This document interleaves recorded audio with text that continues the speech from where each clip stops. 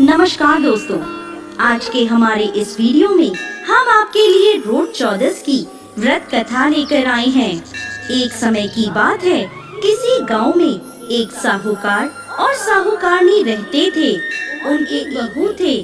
साहूकार का बेटा धन कमाने विदेश जाता है।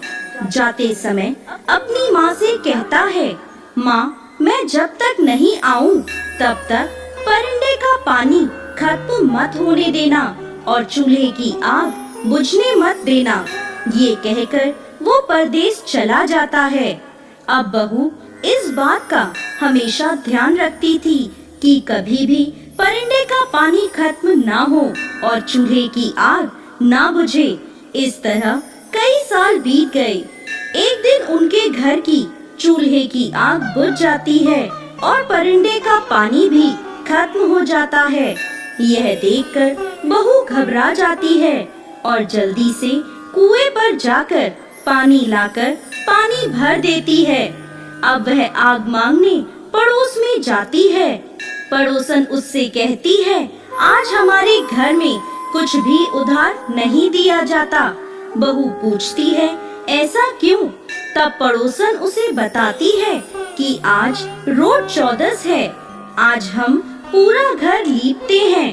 परिंदे का पानी गिराकर साफ पानी भरा जाता है और फिर अनाज पीसकर उससे रोट बनाते हैं, जिनकी पूजा करके कथा कहानी कहकर खाना खाया जाता है।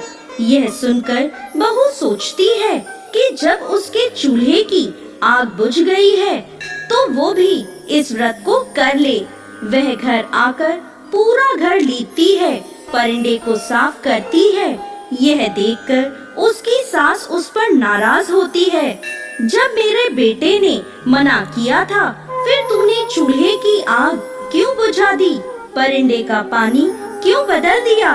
बहू कोई जवाब नहीं देती और अपने काम में लगी रहती है। वह नहा धोकर अनाज पीसकर नई आग जलाकर रोट बनाती है। उस रोट में वह दूध, सूत, दूध, चना, धना, दही 7 चीजें डालकर रोट बनाती है। पूजा करके अपने सास ससुर को रोट खिलाती है और फिर खुद भी खाना खा लेती है। उस दिन उसका पति परदेश से धन कमाकर घर वापस लौटता है। जैसे ही वह गांव के पास पहुंचता है, तभी रास्ते में उसे एक सांप मिलता है जो उससे कहता है, मैं तेरा काल हूँ, मैं तुझे डसूंगा। तो वह कहता है, मैं कई सालों बाद अपने घर जा रहा हूँ। मेरे बूढ़े माँ बाप मेरा रास्ता देख रहे हैं, मुझे उनसे मिल लेने दे।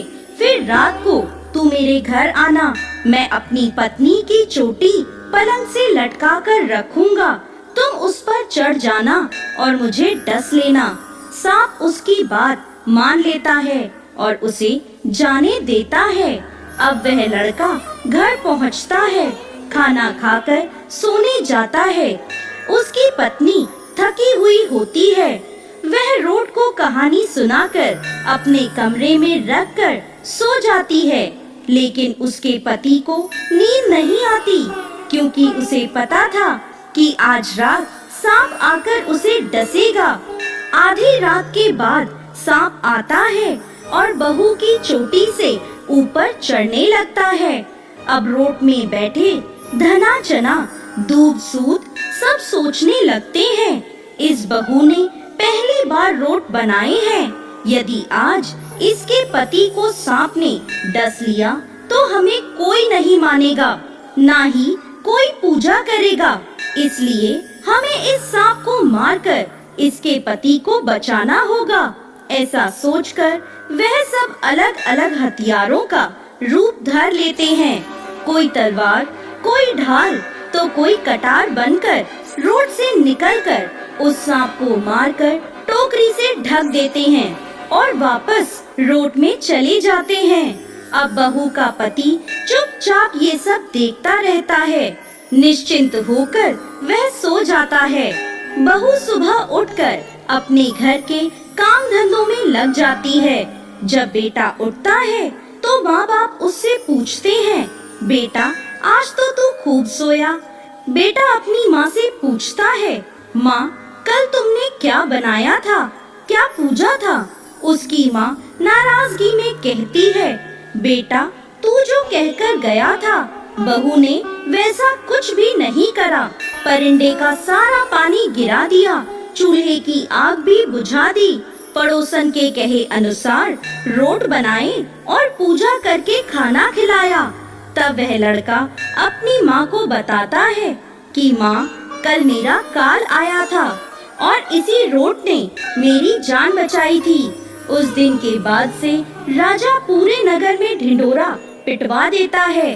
अब से सब लोग अपने परिवार की सुरक्षा और समृद्धि के लिए अनंत चतुर्दशी के दिन रोट बनाएंगे और उनकी पूजा कर कथा कहानी कहेंगे।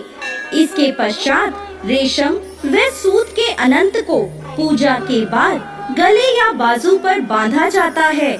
हे रोट महाराज, जैसे बहू पर टूटे वैसे सबको टूटना।